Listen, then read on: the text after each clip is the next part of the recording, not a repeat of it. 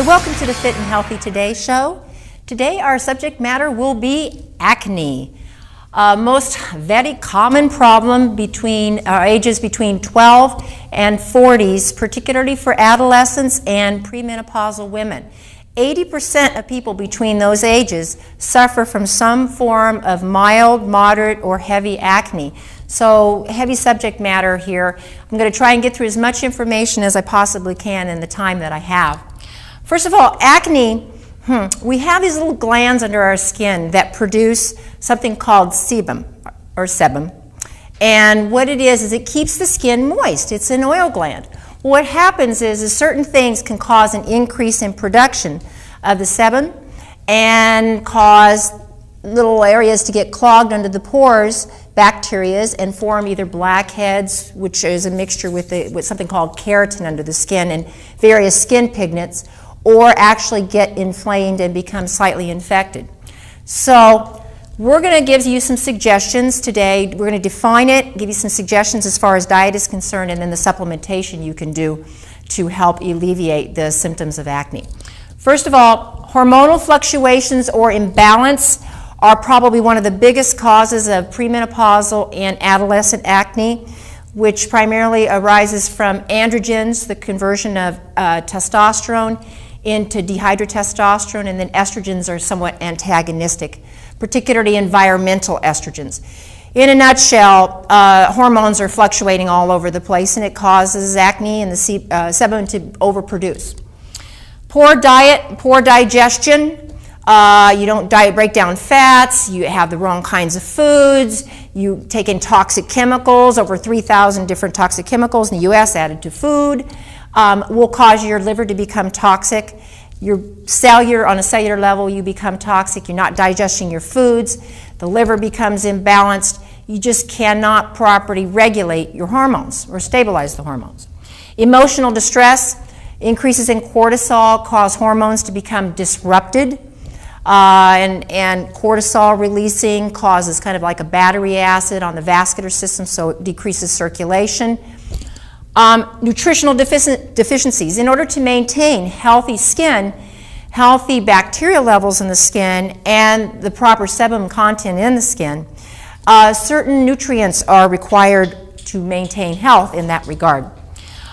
Food sensitivities or chemical exposures. So if you get chemicals or you have certain types of allergies, allergies make you inflamed and hypersensitive, and so it'll make the skin inflamed and hypersensitive to everything, and therefore you'll get that acne breakout. Chemical exposure, particularly with those 3,000 chemicals that I mentioned, along with all the pesticide chemicals, all the other clinging chemicals that we're exposed to, your body has to detox all of these. I heard an estimation that my great-grandparents were exposed in a lifetime to chemicals of what we're exposed to in one day. Just a lot more chemicals than the old days, 100 years ago. Genetics can affect it, a propensity towards having more skin issues or having thinner skin, or how your sebum regulates itself, or how good your liver. Genetically, certain people, families who have problems with acne, their kids will have more problems, but we can reduce it with some of the other suggestions I'm going to give. Candida. The sugar feeds that candida, and with such high amounts of sugarholics, people who consume a lot of sugar, processed foods, it feeds something called candida, or otherwise aka known as yeast. And that yeast just goes crazy. It causes you to become inflamed, hypersensitive, and actually literally they have done testings on the skin as far as the glucose is concerned when people have diabetes or high sugar content, and literally how the skin and the cells process sugar comes out definitely through the skin. We're going to address diet first of all, and the things that you can do dietary to help, and then the things that you can avoid that hinder the process or contribute to acne. Diets, and good old Jack LaLanne 40 years ago said, diets of unprocessed foods. Good old wholesome shopping the perimeter of the grocery store. A lot of fruits and vegetables. Good sources of quality protein. Now mind you, hormone-free protein, because guess what? Most of the meats we find standardly in grocery stores are full of growth hormone, steroids, which also cause breakouts, and other chemicals that they inject, dyes and everything else.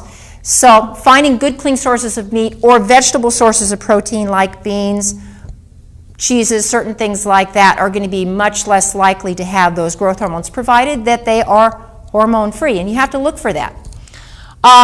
Dark green and orange vegetables, the carotenoids and then the green vegetables. And then there are certain foods that contain an acid called oxalic acid, which includes almonds, beets, cashews, and Swiss chard we call it. And those acids really can help reduce breakouts, bottom line. So eating those types of foods, which most of us like other than Swiss chard, it's kind of oof, but if you can add vinegar and things to it. But generally those other types of things, we like almonds and beets and that type of stuff, really helps with acne. A quarter cup of ground flax seeds or at least 35 grams of fruit or vegetable fiber. If you don't have adequate amounts of fiber in the diet, you can't detox. You can't rid the bowel of the toxins, and the longer your toxins stay in the bowel, the more they get reabsorbed back into the body and make you toxic all over again. Nuts and seeds like almonds and walnuts, ones that you're not allergic to. Good fats, what we call good fats in the diet, almonds, walnuts, pecans, sunflower seeds, pumpkin seeds, avocados, they reduce inflammation. And they can help also stabilize those hormones that we discussed earlier to help reduce acne symptoms. We talked about quality protein, making sure and doing your best to make it more vegetable sources of protein or organic sources. Lots of water. So, you know, they tell you 8 glasses a day. So that means an 8-ounce glass of water about every 2 hours.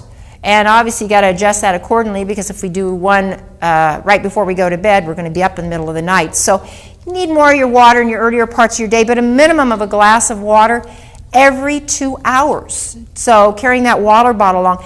Water cleanses the cells, it detoxes, it moves bowel along. It's one of the key detoxifying agents, and so many people are drinking sodas and coffee and things like that, that they're not washing and cleaning out the cells.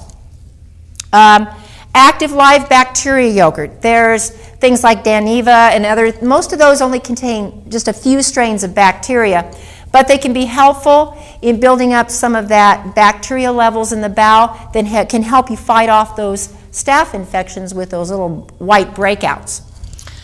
Foods to avoid, and this I kind of really want to focus on, especially among the kids and the sugarholics.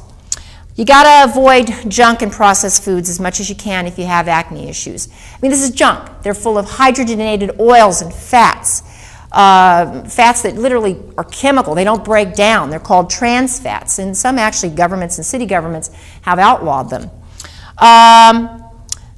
Sugar encourages oil production and bacteria or yeast. And remember how I told you how they actually literally tested the skin? There literally is something called skin diabetes, which basically means you have these cells in your skin that hold a lot more sugar and much more sugar receptive. And under those circumstances, guess what? Sugar feeds bacteria and yeast, so you're going to break out more. So getting yourself off of that sugar to change those cells and how they receive sugars is very, very important. Food allergies, particularly to dairy, wheat, corn, chocolate. Those tend to be some of the worst offenders, other than hydrogenated foods, to contribute towards acne. So if you can avoid those for a while to see whether or not your body responds or reacts, or eliminate them and maybe add one at a time and see if it aggravates your acne, very good option to choose. Obviously, acne isn't just a physical thing. It affects people emotionally, especially kids. People make fun, all those kinds of things. As an adult, you can usually deal with it a little bit better. But kids are sensitive to their peer pressure. And